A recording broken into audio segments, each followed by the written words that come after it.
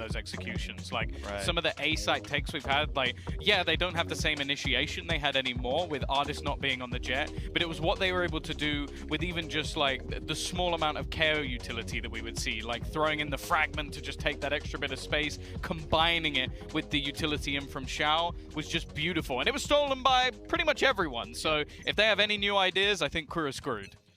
Maybe. Well, I'm sure KRU expected they'd be playing this map here. Probably didn't put too much stock in the old XSET versus FPX fracture game. They knew that wasn't going to be coming up and avoiding a big problem for most teams. But here on Ascent, oh, Artis is gone. Timmy the Turret, it gets the opening kill. Can we get that as a stat? First kills for Timmy the Turret is currently 1, and everybody else is on 0. Wow, leading the charge. You love to see it. And indeed, just like Golden Boy said, that Killjoy pick on the defense already giving massive value. The dash in from Kesnet. 2 men down. They've yet to clear out the positions. KRU now meeting a bit of a barrier, a bump in the road. The sea getting a bit rocky. Not a stable cruise. They're losing players one after another. Damage done and well traded out by FPX to close. That fight on short was devastating. Yeah, I think it was actually just leaving Saigetsu behind. That was the only difference maker there, is just having that sort of sneaky player in the backlines that needed to be cleared. And even though they managed to get the opener, even though they managed to deny them initially, just the sheer pace of the FPX take, allowing them to just get into position and still have those solid afterplants, which again, as I said, they're so good at getting into the site. That's almost something I want to see KRU challenge them on. Because, yeah, you've got the Nag setup, so that's going to be one side of the map. The other side is, what are we getting from Kesnet? Where is Mizzino going to be? Like, how far are they willing to push and challenge this FPX side so that they can't get into the places like they just were, where they are comfortable? That Marshall has been spotted out. First shot ringing was the Marshall, and at that point, I think FPX are going to be incredibly cautious of taking ranged duels. Now this buy that they've gone for here, so they've got their 3 rifles, got 2 pistols to back it up. They're expecting to maybe take some more losses than we'll normally see in these pistol rounds with the double light buy. That's some good damage, but there's the Marshall swinging through, looking for a victim, getting damage done, but no one there to follow up. I wonder how early they actually opt to try and juggle this weapon over to a different player, just to make sure that it's not easily going to fall over to enemy hands. The thing is, though, they are starting to take a lot of tags. Mizzino now able to get one of his own, and already, just look how many low players they currently are on the other side. The difference, though, is they've still been unable to take anyone, but eventually it is the wall bang with the shorty. You know, you've not seen that one before. Oh, all the time, of course. The penetration value of those bullets is way up there. I would love to say good damage. 2 kills normally would be okay, but the reality is FPX come in with 2 pistols and 3 rifles, and they've left with all of the value that they brought in. It's actually, it's such a big brain early round strategy. It's like everybody knows they do it, right? We bring it up every time. The analyst desk brings it up. Like, everybody's pretty, if you're watching Valorant, you're aware of how they buy, but it still just blows my mind every time I see it. It's just not how the early game rounds are supposed to go. The other thing as well is a lot of the time it doesn't work for other teams. Yes. Like, they don't manage to pull it off in the same manner. So, yeah, it must be infuriating. But again, just look at the purchases already here. Every single player with a rifle on board for FPX is going to make this one much more of an even playing field. In fact, even Kesnet has low shields at this stage after the Marshall he bought. And already they are looking to put some serious pressure on. Nice shot from Nags, though. Just watching his teammates back. The trade is quick, though, and this leaves Delzik in a lot of trouble, and the timing couldn't be worse. They don't know how lucky they just got. Sagetsu was low HP, walling up, healing himself, and all that space was given to him thanks to Angel, the 3rd kill of the round, and he'll get 4. A strong start from the IGL. And 3 rounds now on the board. KRU came into that, and you'd be forgiven if you thought they ecoed. Yeah, and the real worry is, we just saw the stat come up, that they win 60% of their rounds of the defensive part. Now, a lot of that could be just their opposition picking to go onto the attacking side, but even still, I feel like most teams wouldn't really do that. They get the choice this time around. So, yeah, a dangerous start for FPX. As I said, I'm always really impressed whenever I watch their attacking rounds with just how good they are at actually setting up. You see the paranoia there, gives the space over to Artist to almost run through.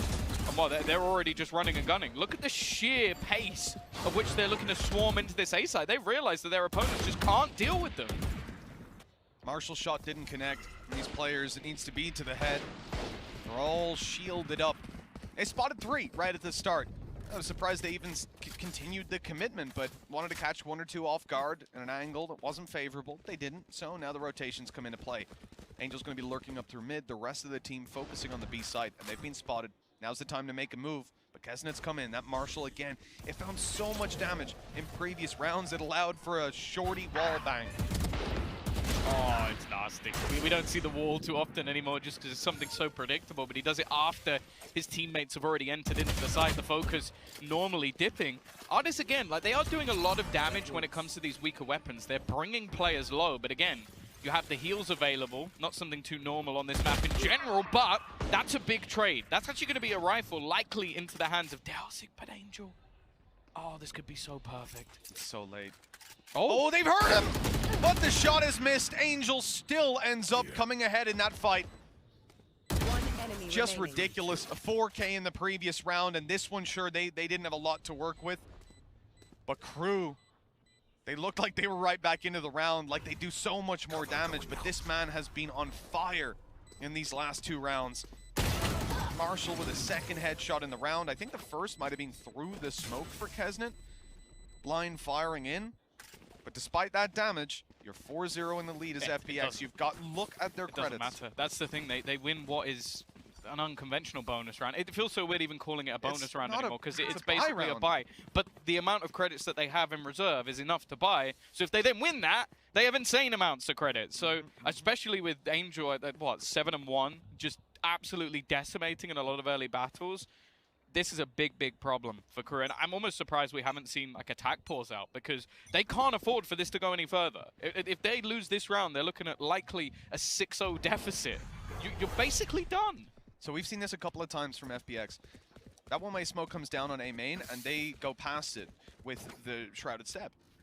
Angel this time, he ran towards it, and Shrouded Step backwards. Faked it out completely. They keep their players in position. It maybe didn't work as the full fake that they hoped for. Still 2 players here waiting, and now the rotation from Kesnet. Flash doesn't actually hit him. Got a decent angle to spam away at, but they wall it up. Sagetsu's good, just taking advantage of the chaos. Not a chance for Nags to go undetected there. He had a trail leading them right to him. At this point, matter of seconds into the round, it's a save. They're being slaughtered. Like, this isn't even competitive at this stage. The reads that are coming out from FPX are making them look foolish. Sagetsu's just chilling. And an easy kill in the end. Mazzino's still trying to challenge this, but you could just see the sheer confidence on the FPX players at this point. I can win any battle, I can win any duel. And the thing I really love about that, the danger of running a Killjoy, especially when you know your opponents are going to have a KO, you play aggressively, all your util is gone. And Nags is so deep within that site, maybe just because of the lean that they had into A in a lot of early rounds. He's like, okay, I'll probably have a chance to get in, maybe take a fight versus Artis and get away. Instead, they just pick up the pace, they run straight in. He's got no utility trying to flee. He then gets hit by the Nightfall, so they know where both players on the site are, and they can't use any utility. Like, how are you meant to get out of that alive? It's just a beautiful read for FPX and KRU. Well, as I said, I feel like they needed this pause around before. Now they're going in with a weak buy and a few ults that I don't really expect to do too much. Yeah, I mean, it's decently common, right? We see teams take those pauses coming into lighter buy rounds, whether that's from an information gathering perspective or to just try and maximize that, have the ability to reset into your buy round. But they are 5-0 down. It is time to start waking up. This team is known. We saw it. What was the number? It was 60 plus, 64, something 60%. Like that? I think it was 60% on the dot defensive rounds. I mean, it's not damning if they end up somewhere around the 6-6. We can make excuses. We can see a pistol recovering it, but that's a long way away at this point. Yeah, and especially like you're running a KJ, you've got yourself a decent amount of information gathering on your side. Like, it seems like FPX are doing a fantastic job of just, firstly in the early round, almost playing with their food, but then also just throwing in that pacey round. It's like the Angel Classic, something he's been doing for about 10 years at this point, but they were fooled by it completely. Good paranoia to start, pressure on for KRU. Already in a bit of panic stations with all this noise going out. And Angel continuing on his dominance, 9-1 in duels right now. And Tom, you know, I I feel like at this point, KRU, oh, they need a hero that flashes them. Fantastic! That's how he dies for the second time. Oh, God. Wow, this is the most competitive round we've seen. A little bit of re-aggression after the smoke's going down. They're going to be able to retrieve some weaponry off of it as well. Kesnet not connecting, though. He's got to be careful. A miss here could give them a chance back into the round, but no. He puts Ardis down. Saigetsu re-pushing. Now, he does have himself the res, so that's the plan, but it actually takes the fight above it first. Tries to now cover off his teammate Mazzino, looking to try and throw the flash in, but instead he's been forced back again. A wonderful shot coming out from Kesney. Goes back for more, though. Maybe a little greedy, and they've been able to hit at least a bit of utility onto Mazzino. However, eventually, they do close it. A little bit close for comfort, but KRU, do you know what? They'll take it. Yeah, I mean, Kesnet was hitting absolutely everything with that Blade Storm. What a round from him. But, you know, for FPX, I want to say Saigetsu walling that off, playing on top of it for the duel, it's actually ridiculous. Obviously, your first thought is, he's walled it, he's going to rest. Yeah, he's going to rest. Shoot the wall and break it. Oh, no, he's standing on top of it, and I am in the middle of a spray. You're not winning that. It's just crazy. Those tiny little details, they win you duels, but this time they don't win you rounds. KRU have got their first on the board. They're able to buy up nice and neatly here, and they've got so many ultimates in play. FPX don't have that. Their ult economy is lagging behind a little bit. Maybe ahead, I suppose, realistically, but KRU, a ton at their disposal in this one.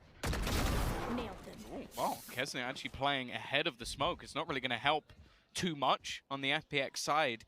His confidence in this map, as sort of Bren said, is going to be integral. Like, the first few rounds, I think he was 1 kill up until the last round, managing to get a trip off the Blaze Storm, and you can just see the difference in his style of play. Like, really looking to try and challenge in mid, not wanting to give any of that ground up, and especially because FPX, they've played into short A, but they haven't had a massive amount of presence in mid, at least so far this game. They've avoided him almost completely. That may come in a little bit later, but for now, he's been given a fairly boring task a lot of the time.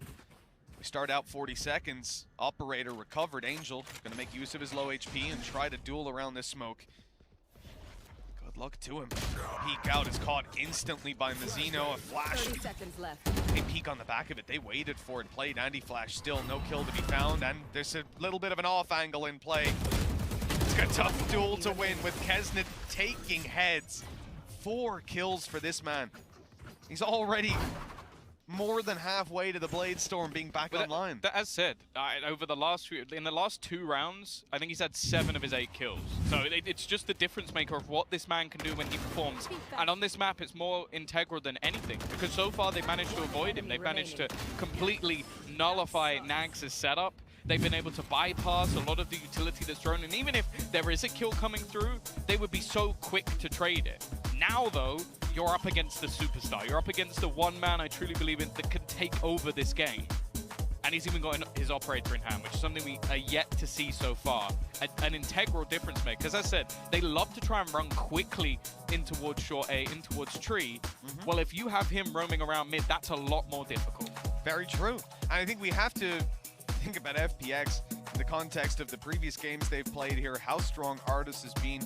He is 1-7 right now. Yeah. But put him on the defensive side, things are going to turn around completely. And that's where I need to see that value from Kesnet right here and now.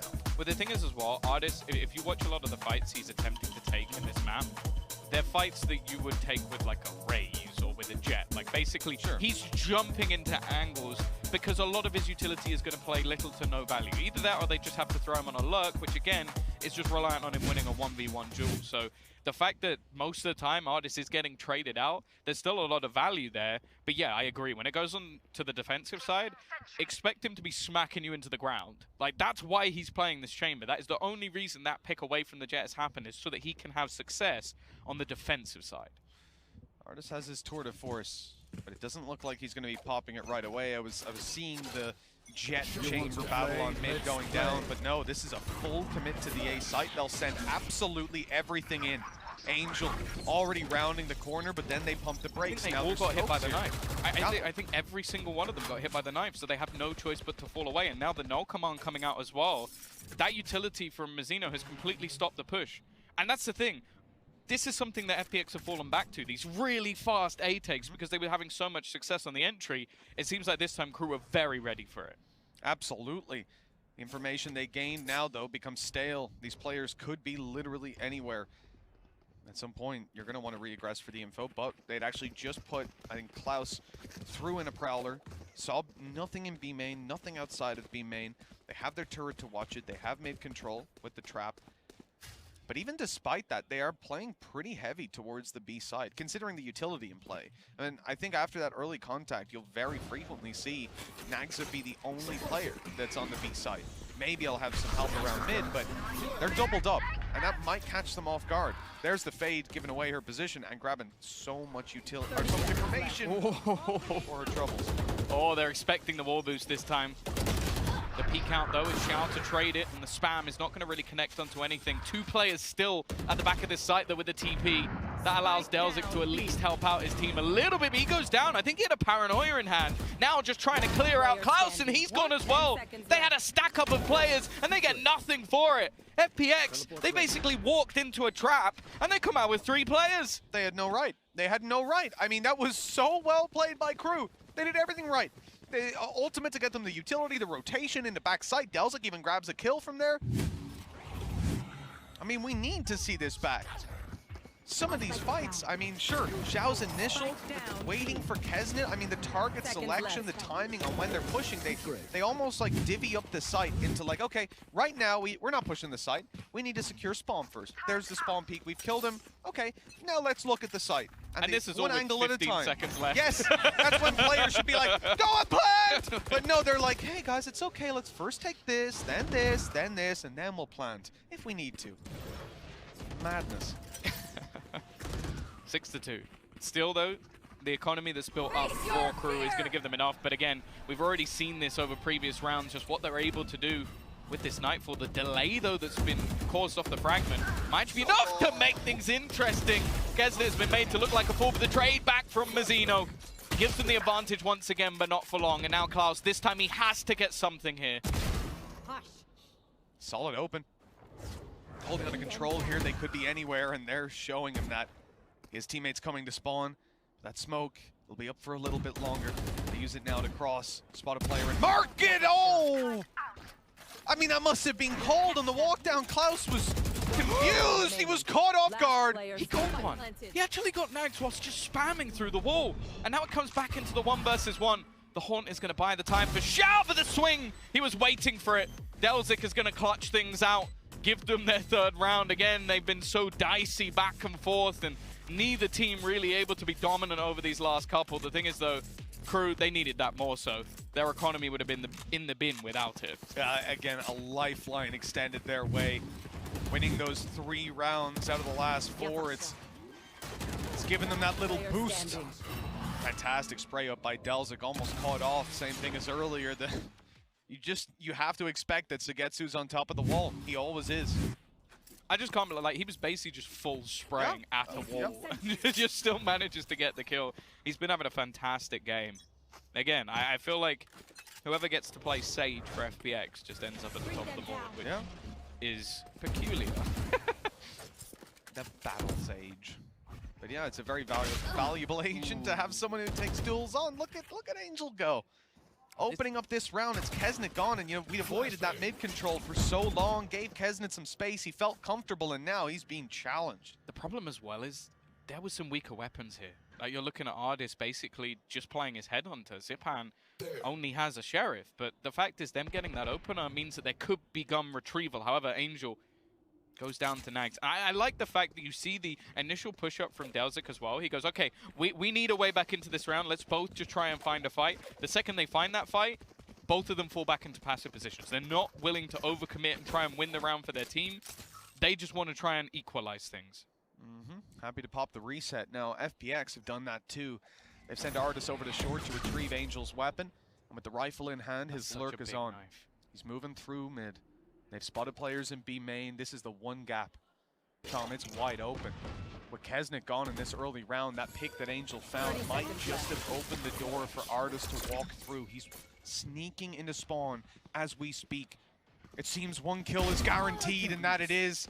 Now the pressure's on. Mazzino has to run because he can't stay in spawn. There's a guy behind him. Maybe he'll have the timing though. On it, no, they're watching it. Never mind. Yeah, I don't really know how that was just overlooked. Like, the fact that he goes down, there's no backup plan whatsoever. It's not like they had a trap, an alarm bot, anything that was available to deny it. So someone just has to go looking for that. And you watch the way that Nax is rotating, they are completely none the wiser. They're communicating that this is a B hit, everyone's on B, and no one has any idea that this player can be here. That is a huge mistake, especially when you consider there are a couple of lower weapons, the economy's not great. There's a very high chance someone's going to go looking for that gun. Oh, 100%. Yep, this was patient play by FPX. They looked for a gap and they found it. Gave themselves the time. That's interesting. One-way smoke, turret, judge up close. If Angel dies to this, I think they'll be traumatized. Oh, that's such a great knife! But if they pursue it too much, well, they'll end up going down, I would have thought. Delzik, though, was dealt with without doing anything, and Kesnet is just stuck. He might not even get to use his Blade Storm for the entirety of this round. No command in. They're baiting out these ults, but I don't think FPX are going to mind an attempt. A failed one at that, just trying to get rid of Saigetsu. And finally the Blade Storm's online. He's had to use all of them just to get rid of that one man. FPX able to stabilize here, and again, just their utility usage has been superb throughout this map. I also want to say, one of the things that I just don't think is the greatest of setups for KRU is the fact that a lot of their B defense relies on Klaus and just his fade utility, which I don't think they've been aggressive enough in taking control for that to really be a thing. It's just like, okay, how much can you delay? And then the answer for most of this map has been none. Yeah, and if you can delay even slightly, it's actually because Artis is on his way into your spawn. Yeah, exactly. So that's playing into FPX's hand either way. This has been so tough for a team. Look, they didn't pick this map, but they're strong on it. They're strong on the defense, and KRU now in a lot of trouble this final round. I mean, they need it. And then they need the pistol to follow it up. I mean, it's hard to imagine FPX defensive side. Artis now starting to get in the rhythm a little bit, and now you put him on defense. He won some of the previous maps on his own. But the thing is, after the failed sort of mid control, Kesnet actually just goes straight into playing on the B side. The thing is, they've early broke the turret, so he now has to go roaming around just in fear that they've actually gone back in the other direction. And you can see on the other side, they're expecting a level of aggression just to try and find out some information. Good use of the fragment to at least delay, but it doesn't last for long. Delzik in the corner, great paranoia, but somehow Artis still gets that kill. The trades come in thick and fast, and it's KRU who seem to be ahead. Kesnet getting out of there with his life, but he didn't land the shot. He didn't find another frag, and instead the plant has come down and ult through for information. Did it catch all three? I think so. They're going to turn it back. You can see them trying to stick around Artis, just waiting to leave at the very last second, but instead he goes down. Still going to be a 3v3 and not for long.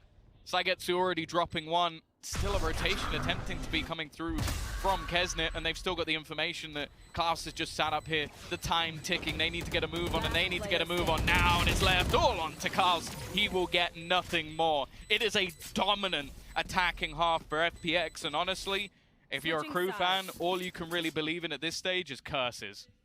Well, you're certainly going to hope that's the case, that all of our rituals haven't worked out, because at 9-3 down, finishing out their defensive side on FPX's map pick, and a map that they pick up most of the rounds on the defense, it seems like an impossible task. I mean, FPX have come into this server and stonewalled KRU. Now we need to see how this second half is going to go. I know a very superstitious man, like someone who believes in miracles. So I think he's called like BG or something. We'll throw it off to him on the desk. That's right. My name is Barry Gibb, and some people call me the Miracle Man. Yeah. You know, some people call me the Holy Boy. You know what I mean? I like to think that maybe, you know, there's an opportunity here for KRU to come back. The 9-3 is real because Mitch totally failed at extinguishing the curse. But let's talk about the game, because honestly, there ain't no curses when you talk about FPX. From the beginning of the game, it felt like this team has had full control of it, Brent. Josh isn't here, so I'm going to make the claim that I think this is done. I think that this is the point where FPX are just running away with it. And part of it is because FPX are so good at managing their economy. This is their bonus round where they manage it to the point where they have the 5 rifles. We talk about this all the time, but they are so damn clean right now. This A split was sublime, and they're doing it with rifles where you're supposed to be normally going up against opponents with, you know, stingers, ghosts, just a weaker weaponry. But this is one of the strengths that FPX have had coming forwards. And looking ahead, we are looking at this guy. If there was a chance of proving me wrong, of proving, you know, that the 9-3 curse is still alive, it has to be this dude. It has to be Cousin. He was solid in this map thus far, but he needs to be miraculous if they want to make the comeback happen. Thus far, this game has felt like a repeat of when FPX was playing at Copenhagen. On the attacking side, you pop your wall down in tree, you split 2-3 into the A site pretty much everyone, and no one stops you. And now the question is, will that continue to hold through when we get to the defense? Because this team is excellent at it. When they have that Sage wall to play with, holding down space, when they have artists on a heater and finding that consistent value. I mean, even Angel is stepping up big time in this map. There is no point where FPX is looking weak on this map. For KRU, it is really going to take a miracle. Kesnet has stepped up. This whole team needs to have a massive rally if this is to happen. Yeah, it needs a miracle, because this is your tournament. This is 2022 on the line for you. If you are KRU, if you lose this map, that is it. Your year ends here. Well, you heard it from our analysts. This is it. The question is, do you believe in miracles? Let's send it back over to Tom and Mitch. No. All right, well, that's that one pretty much set and settled. Didn't waste any time beating around the bush. No sugarcoating here. We're right back into things. Round 13.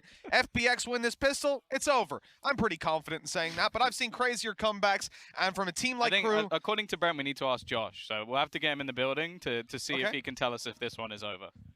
Okay. See what the doctor's order is. Well, let's see. Yeah, Jet what pill for pills he got Kesnet. going? See if his jet fuel can bring him across the line.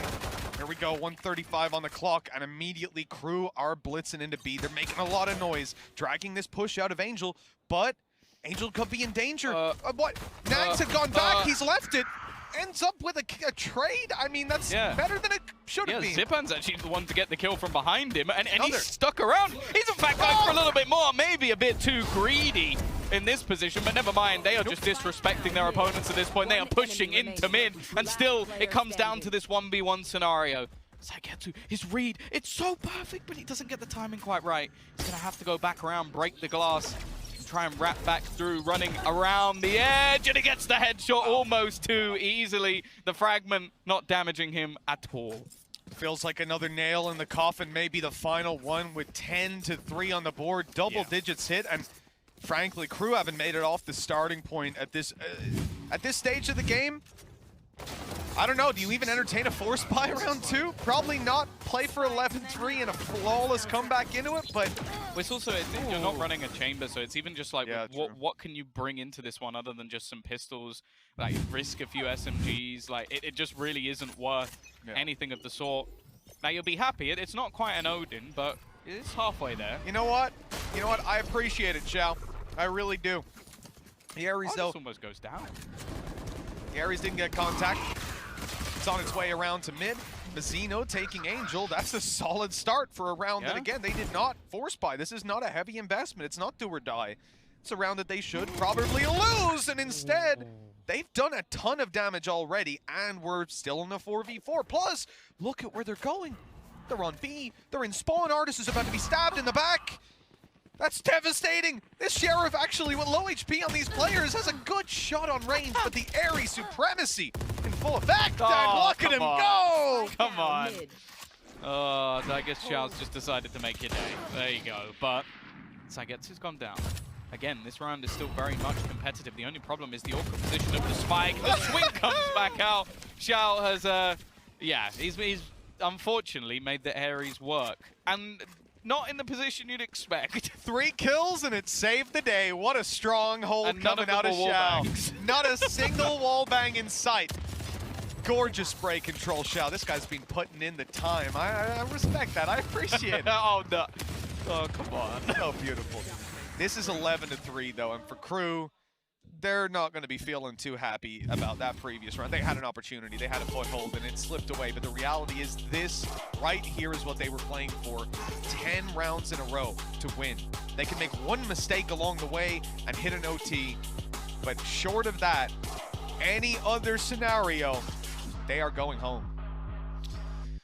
Yeah, it's a matchup where they definitely came in as the underdogs for the second time this tournament. That is the brutality of being within a group of FPX where they don't just go straight through. I think they're a little bit unlucky. The fact is the only games they will have lost this tournament are to the champion, which it's not ideal. You have to feel a little bit bad for them. They were in the group of death last time around. I bet they'll be hoping that maybe there'll be someone smiling down on them next time, because that's what they have to think about at the moment, it seems. Like, they are so far out of this match. It looks like they are being outclassed, and well, if they've got anything left, it has to be thrown on the table here. They've taken a timeout. I can't really blame them. Just try and calm the nerves a little bit after, again, having a close first map. It seems like FPX just come out in full force on their choice, and well, I don't think there's many team who wants to play FPX on Ascent.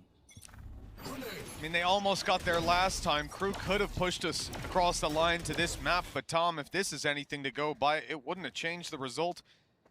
This has to be one of the best attacking sides we have seen. And to start things out, we're trading damage, but with rifles in play for KRU and FPX playing this as... this is funny, because they are actually playing a bonus round. This is, and I mean this is not an FPX bonus round. It's a bonus round.